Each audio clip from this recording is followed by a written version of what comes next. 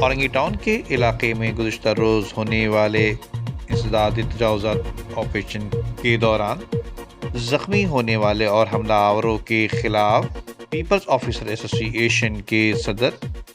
طاہر جمیل درانی اور دیگر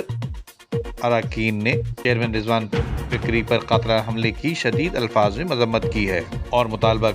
کیا ہے کہ محکمہ جاتی فرائض کی انجام دہی کے دوران رضوان فکری پر حملے کرنے والے دہشت گردوں کے خلاف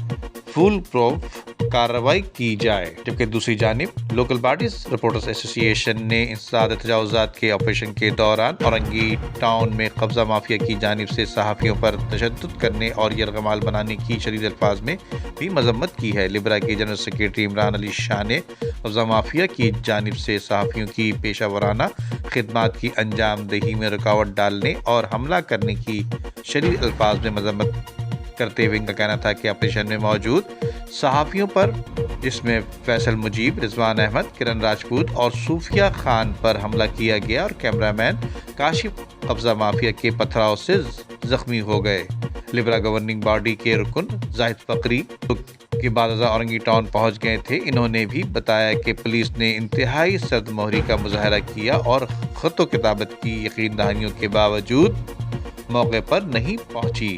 جس کے باعث شرپسندوں کو شے ملی اور انہوں نے حملہ کر دیا۔ زاہد فقری نے بتایا کہ وہاں فائرنگ بھی ہوتی رہی مگر پاکستان بازار تھانے کی پولیس اطلاع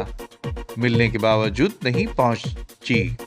جو قابل مذمت ہے۔ ان کا کہنا تھا کہ حملے سے پروجیکٹ ڈائریکٹر اورنگی ٹاؤن رضوان خان، ڈپٹی ڈائریکٹر اورنگی خرم انصاری، اسسٹنٹ ڈائریکٹر راؤ شرافت اور انسپکٹر اورنگی ٹاؤن فہد پتھر لگنے سے مزید زخمی ہوئے۔ جنرل سیکریٹری عمران علی شاہ اور رکن گورننگ باڈی زاہد فقری نے نہتے KMC افسران پر حملہ کر کے زخمی کرنے کی بھی شدید الفاظ میں مذمت کی ہے اور وزیر اعلیٰ سندھ، وزیر بلدیات اور سیکریٹری بلدیات سے نوٹس لے کر وزارت داخلہ کو سیکورٹی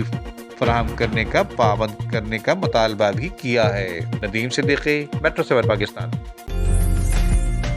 عمدہ میں پکائیں اور جی بھر کے کھائیں۔